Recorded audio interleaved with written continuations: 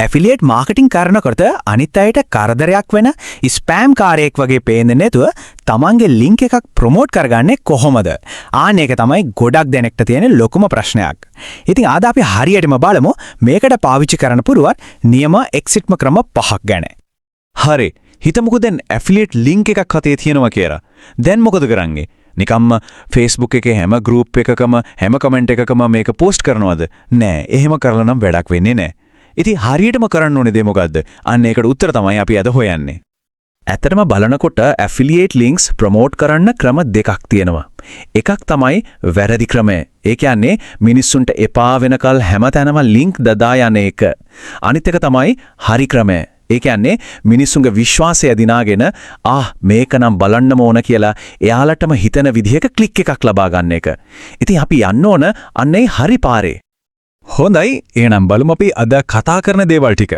මුලින්ම අපි බලනවා මේ ඇෆිලියේට් ස්පෑම් කිරීමේ ගැටලුව කියන්නේ මොකක්ද කියලා. ඊළඟට සමාජ මාධ්‍යවල වටිනාකමක් දෙන්නේ කොහොමද? විශ්වාසවන්ත කෙනෙක් වෙන්නේ කොහොමද කියන එක. ඊට පස්සේ ලින්ක් එකක් ඉදිරිපත් කරන එක්ස්පර්ට් ක්‍රම ගැන කතා කරනවා. අවසානයේටම මේ හැමදේම පිටිපස්සේ තියෙන නියම රහස ගැනත් අපි කතා කරනවා. හරි. අපි මුලින් මේ කතාව පටන් ගමු ගොඩක් දෙනෙක් කරන ලොකුම වැරද්දකින්. ඒ තමයි තැනක් නොතැනක් බලන්නේ නැතුව හැමතැනම තමන්ගේ ඇෆිලියේට් ලින්ක් එක කොපි පේස්ට් කරන එක. ඇත්තටම මේකෙන් මොකද වෙන්නේ? කිසිම ප්‍රතිඵලයක් ලැබෙන්නේත් නැහැ, මිනිස්සුන්ටත් එපා වෙනවා. සමහර වෙලාවට ඉන්න ගෲප් වලින් පවා බෑන් වෙන්න ලොකු ඉඩක් තියෙනවා. ඒක හරියට පාර යන කෙනෙක්ගේ මූණට බලෙන් පත්‍රිකාවක් විසි කරනවා වගේ වැඩක් නේද? එහෙනම් ඉතින් ඔය වැරදි ක්‍රමයට තිත තියලා අපි දැන් කතා කරමු ඇත්තටම වැඩ කරන නියම විසඳුම් ගැන. විශේෂයෙන්ම බලමු Facebook, TikTok වගේ සමාජ මාධ්‍ය පාවිච්චි කරලා මේ වැඩේ හරියටම කරගන්නේ කොහොමද කියලා. මෙන්න පළවෙනිම සහ මම හිතන විදිහට වැදගත්ම ක්‍රමය. ඒ තමයි වටිනාකම පළමුව කියන ප්‍රවේශය. ඒ කියන්නේ මොනහරි විකුණන්න කෙනෙක් කියන තැනින් අයින් වෙලා අනිත් අයට උදව් කරන කෙනෙක් වෙන්න. මේ මයින්ඩ්සෙට් එකේ වෙනස තමයි හැම දෙයකම පදනම.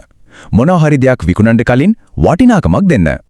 මේක තේරුම් ගන්න හොඳම උදාහරණයක් තමයි මේ. හිතන්නකෝ කවුරු හරි Facebook එකේ ඉවුම් පිහුම් ගෲප් එකකට පෝස්ට් එකක් දාලා අහනවා අනේ දන්න කෙනෙක් කියනවාද රුපියල් 10000කට අඩුවෙන් ගන්න පුළුවන් හොඳ බ්ලෙන්ඩර් එකක් කියලා. දැන් කෙනෙක් දන්නවා දරාස් එකෙන් ගත්ත හොඳ බ්ලෙන්ඩර් එකක් තියෙනවා කියලා. එතකොට එතනට ගිහින් කමෙන්ට් එකක් දානවා මම නම් පාවිච්චි කරන්නේ මේක. කිසි අවුලක් නැහැ, පට්ට හොඳයි. ඕන නම් මේ ලින්ක් එකෙන් බලන්න කියලා. දැන් කියන්නේ ඒක ස්පෑම් එකක්ද? නෑනේ. ඒක අවංකවම කරපු උදව්වක්. අන්න ඒක තමයි වෙනස. හරි. දැන් බලමු දෙවනි ක්‍රමය. මේක නම් විශේෂයෙන්ම TikTok, Reels වගේ කෙටි වීඩියෝ හදන තැන්වලට සුපිරියටම වැඩ කරන දෙයක්. අපි මේකට කියනවා ගැටලුව විසඳුම ක්‍රමය කියලා. මේක හරිම සරලයි. හිතන්නකෝ මෙහෙම වීඩියෝ එක පටන් ගන්නෙම පොත්පත් පෑන් හැමදේම විසිරිලා තියෙන අවුල් වෙච්ච මේසයක් පෙන්නලා. ඊළඟට දරාස් එකෙන් ගත්තපු පුංචි ඩෙස්ක් ඕගනයිසර් එකක් අරගෙන ඒ මේසේ පිළිවෙලට හදන විදිහ පෙන්නනවා. අන්තිමට වීඩියෝ එකේ ලියලා තියෙනවා මේ ඕගනයිසර් එක රුපියල් 1000කටත් අඩුයි. ලින්ක් එක බයෝ එකේ තියෙනවා කියලා. දැන් බලන්න ඒ වගේ අවුලක් තියෙන කෙනෙක් ඒක දැක්කම ලින්ක් එක ක්ලික් කරන්න තියෙන ඉඩ කොච්චර වැඩිද? හරි. අපි දැන් වටිනාකමක් දැන ක්‍රම දෙකක් ගැන කතා කළානේ. දැන් අපි යන්නේ ඊටත් වඩා ගැඹුරු දෙයකට. ඒ තමයි නිකම්ම උදව් කරන කෙනෙක් වෙනව වෙනුවට යම්කිසි විෂයක් ගැන දන්න විශ්වාස කරන පුරවන් කෙනෙක් විදිහට නමක් හදාගන්න එක. මෙන්න මේක තමයි මේ හැම දෙයකම හරය.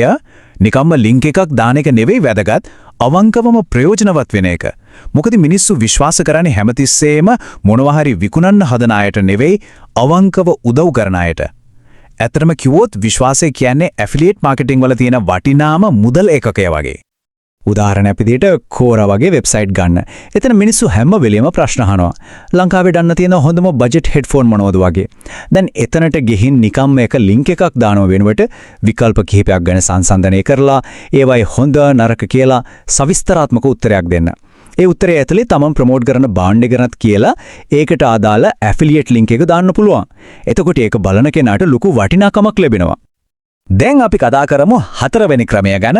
මේක අපි හැමෝම දන්න දෙයක්. හිතලා බලන්න ඔන්ලයින් මොන හරි බඩුවක් ගන්න කලින් අපි හැමෝම ඉස්සෙල්ලම මොකද කරන්නේ? අනිවාර්යෙන්ම ඒකේ රිවිව්ස් බලනවා නේද? මිනිස්සු හැම වෙලේම විශ්වාස කරන්නේ ඇඩ් එකක කියන දේට වඩා ඒක ඇත්තටම පාවිච්චි කරපු කෙනෙක්ගේ අදහස. අන්න ඒ නිසා අවංක රිවිව් එකක් ලියන එක කියන්නේ රත්තරන් වගේ වටින ක්‍රමයක්. ඉතින් හොඳ රිවිව් එකක් ලියනකොට මේ කරුණු ටික අනිවාර්යෙන්ම මතක තියාගන්න ඕනේ. ඒ භාණ්ඩය ඇත්තටම පාවිච්චි කරන්න. ඒකේ පින්තූර, වීඩියෝ දාන්න. ඒවතියම හොඳ විතරක්ම නෙවෙයි. හැබැයි මේකේ මෙන්න මෙහෙම පොඩි අවුලක් තියෙනවා කියලා ඒකේ නරක පැත්තත් කියන්න. අන්න ඒ අවංකකමට තමයි මිනිස්සු කැමති. එතකොට ඒ කෙනාව විශ්වාස කරනවා. ඒ විශ්වාසය ගොඩනැගුණට පස්සේ විතරයි අන්තිමට ලින්ක් එක දාන්න ඕන. හරි. දැන් අපි කතා කරන්නේ ඊටාම සරල. ඒත් ගොඩක් අය මග හරින හරිම ප්‍රායෝගික දෙයක් ගැන. ඒ තමයි අපි දෙන ඇෆිලියේට් ලින්ක් එකේ පෙනුම කොයි වගේද කියන එක. මෙහෙම හිතන්න දිගට දිග අකුරු ඉලක්කම් නොවේ නොඑක් සංකේතයි පිරෙනෝ ලින්ක් එකක් දැක්කම මොකද හිතෙන්නේ?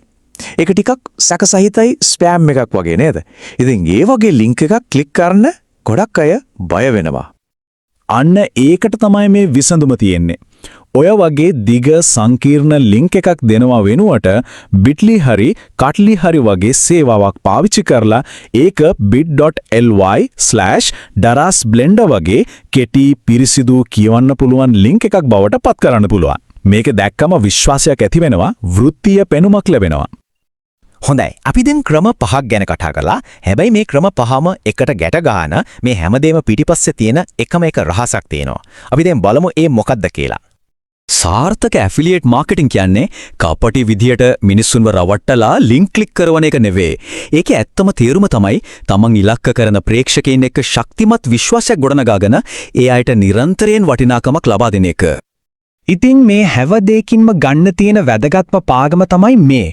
විකුණන කෙනෙක් කියන මානසිකත්වයේ ඉඳන් උදව් කරන කෙනෙක් කියන මානසිකත්වයට මාරු වෙන්න ඕන.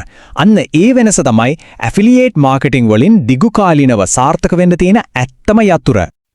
ඉතින් මේ හැමදේම හිතේ තියාගෙන තමන්ගේ ඇෆිලියේට් ගමන පටන් ගන්න කලින් හැමෝම තමන්ගෙම මේ ප්‍රශ්නය අහලා බලන්න ඕන. මම මුලින්ම මිනිස්සුන්ට ලබා දෙන වටිනාකම මොකක්ද? ඒ උත්තරේ හොයාගත්ත දවසට මේ ගමන හරිම පහසු වෙවි.